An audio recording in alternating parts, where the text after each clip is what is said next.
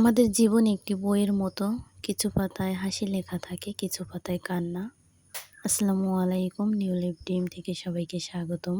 যে যেখান থেকে দেখছেন, আশা করছি আল্লাহর অশেষ রহমতে সবাই ভালো আছেন। আলহামদুলিল্লাহ, আমিও ভালো আছি। সকালবেলা ঘুম থেকে উঠে তাড়াহুড়া করে চলে এসেছি আমরা স্টেশনে। আর এসে কিছুক্ষণ দাঁড়ানোর পরেই দেখি ট্রেন এসেছে। আর এর আগে কিন্তু আমরা বাস স্ট্যান্ডে কিছু সময় দাঁড়িয়েছিলাম, সেখানে বাস না পাওয়াতে আবার এখানে এসেছি।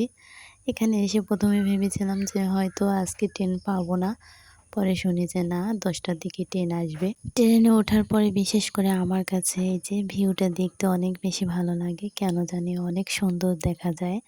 জীবন একটি বইয়ের পাতার মতো, কিছু পাতায় হাসি লেখা থাকে, কিছু পাতায় কান্না। কেউ পুরো গল্পটা জানে না, শুধু বাইরের মোড়টাই দেখে। জীবন কখনো আমাদের ইচ্ছে মতো চলে না। যেমন এই যে ট্রেন, এটা চাইলেই এখন মাঝপথে দাঁড় করাতে পারবো না, আবার চাইলেই আমি বলতে পারবো না এখনই চলুন।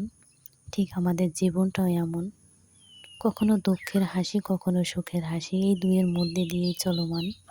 আমরা সবাই সুখের খোঁজে ছুটি, কিন্তু জীবন বারবার শেখায় সুখ আর দুঃখ কখনো আলাদা থাকে না। আজ যে হাসছে, গতকাল হয়তো সে সারা রাত কেঁদেছে। আবার আজ যে মানুষটা কাঁদছে, হয়তো আগামীকাল সেই মানুষটাই নতুন করে হাসতে শিখবে। যেতে যেতে কিন্তু আপনাদের সাথে অনেক কথা বললাম। আমরা ট্রেন থেকে নেমে তারপরে আবার অটোতে উঠেছিলাম, সেখান থেকে নেমে আবার রিক্সা ধরে এখন আমার বড় বোনের বাড়ি চলে যাচ্ছি।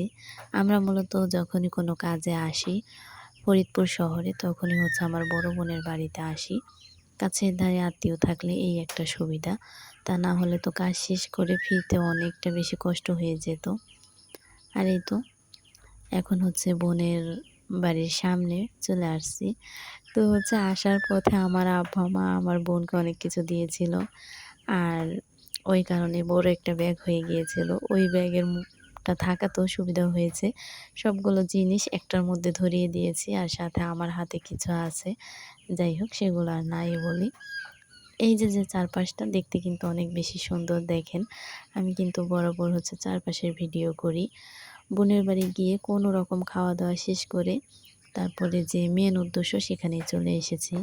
জানেন, ছোটবেলায় আমি হাসপাতালকে শুধু একটা বিল্ডিং মনে করতাম, কিন্তু বড় হতে হতে বুঝেছি এই জায়গাটার ভিতরে কত মানুষের কান্না, কত মানুষের না বলা গল্প লুকিয়ে আছে, কত মানুষের অপেক্ষা। আজকাল যখনই কোনো হাসপাতালের সামনে দিয়ে যাই, তখনই মনে হয় এখানে কেউ নতুন জীবন নিয়ে ফিরছে, আর কেউ হয়তো ভাঙা মন নিয়ে বের হচ্ছে, যেমন আমি। আমার কাছে সবচেয়ে কষ্টের দৃশ্য হলো যখন কারো মুখে শুনি, ইস যদি একটু আগে আসতাম। এই একটি বাক্য বুকের ভেতর অনেকক্ষণ রয়ে যায়। আজ এখানেই বিদায় নিচ্ছি। সবাই ভালো থাকবেন, সুস্থ থাকবেন। আল্লাহ হাফেজ।